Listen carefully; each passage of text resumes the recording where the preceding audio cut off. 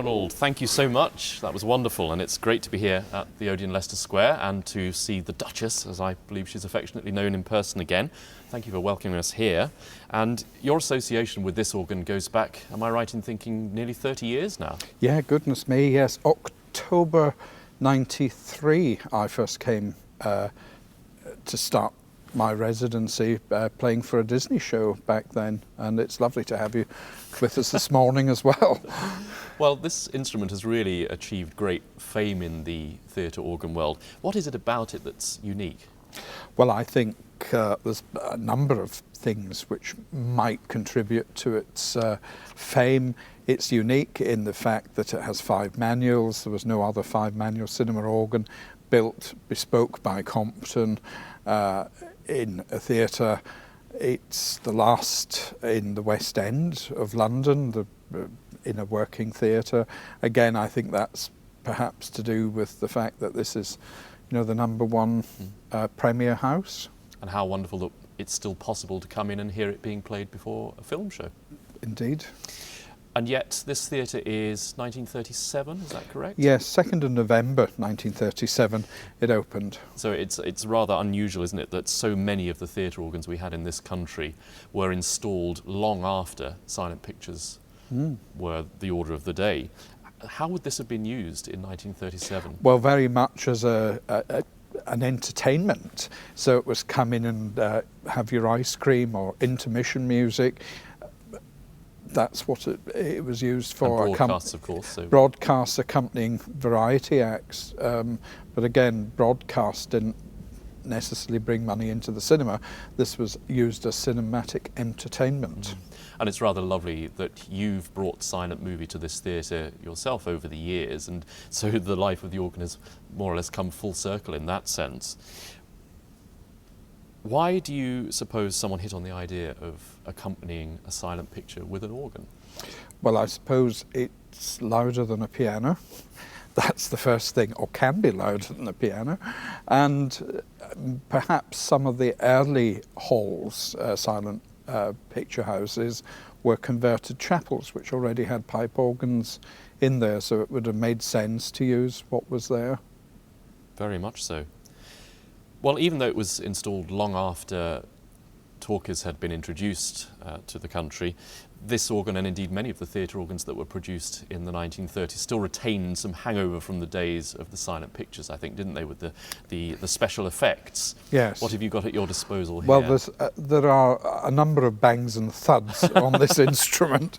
And apart from the tuned percussions, which was sort of a feature of the orchestral organ, then there's an array of effects here. We've got a siren, an auto horn, a fire bell, a train whistle, and a steamboat siren. And there's even a grand gong, which is over on this side. Wonderful. To be used with taste and discretion at all times. Absolutely. You can really understand, can't you, why film producers and directors were so concerned about handing over their artistic material to the organists, because one musician had the power really to make or break a scene and to change the meaning perhaps from that which was originally intended. How do you go about selecting appropriate music for pictures, and is it all improvised, or do you use a mixture, if you'll forgive the pun, of pre-written and also improvising? Yeah, well, I approach it very much in an improvisatory way. And some days I will improvise everything from the themes right the way through.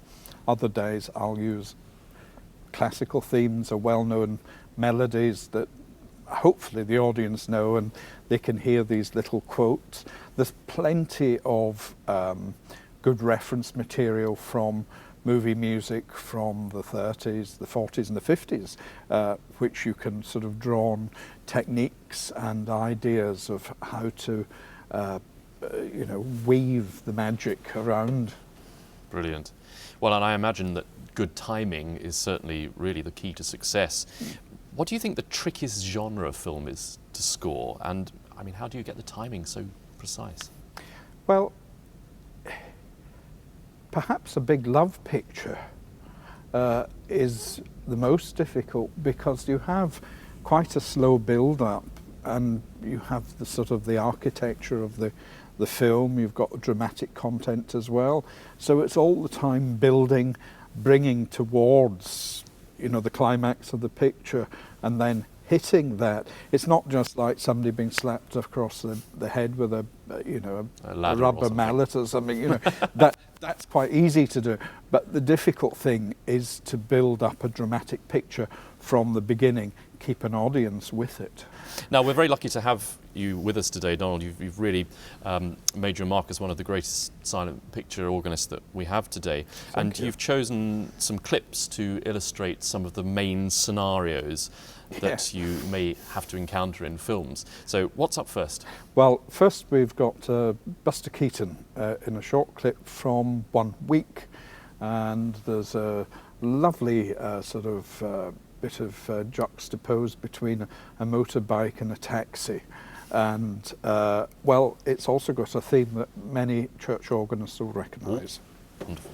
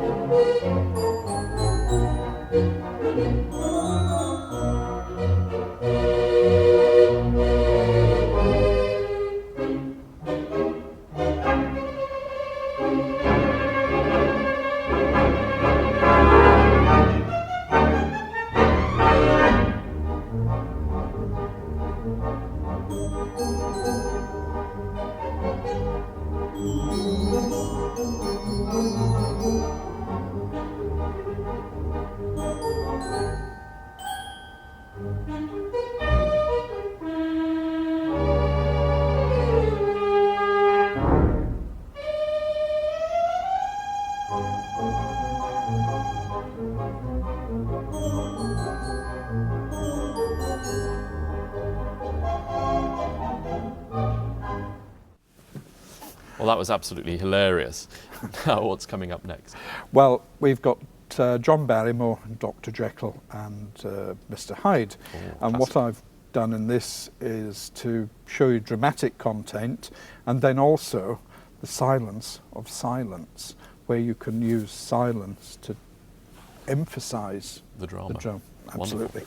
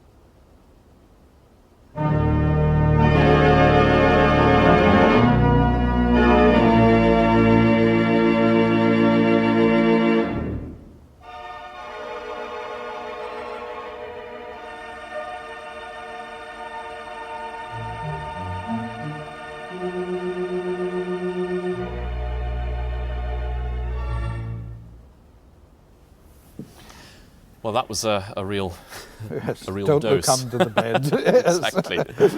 What have you chosen for us next? Well, a love scene, and one of the Classic. greatest, to my mind, love portrayers on the silver screen was Rudolph Valentino, and this is an excerpt from The Eagle, and it also includes The Getaway.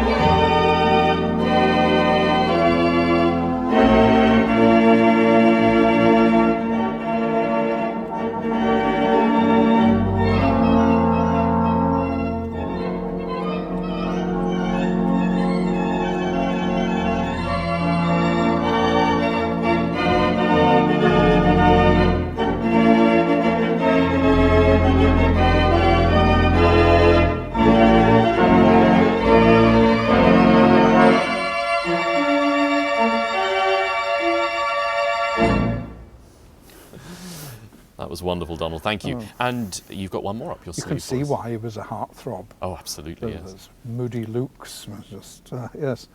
And yes, last but not least, the great duo, Laurel and Hardy, a chase sequence involving motor cars and a steam train. Oh, perfect.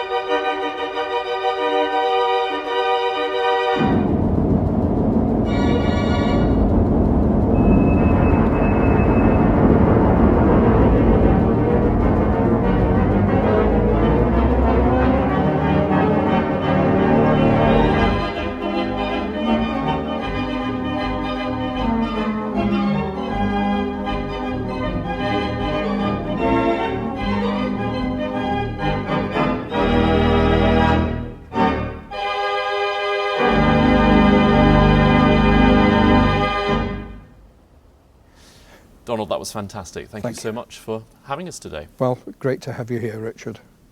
I was thinking as you were playing those wonderful clips that silent film is really making a bit of a comeback today, isn't it, in society? Indeed, and yeah. in all sorts of unusual places. Well, Churches. yes, I mean, I've played churches, concert halls, tents, all sorts of places. Well, it's really good then to go back to basics, isn't it, and to see how it was originally done on an instrument that was designed for the purpose. There's no place like home. Fantastic. Now, you do a number of these silent film presentations around the country when there isn't a pandemic on.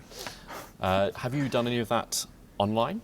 Yes, and in fact this weekend there is going to be a presentation from Brentford Musical Museum, I think on Sunday afternoon, and if you look on the YouTube channel, there you should find out all the information.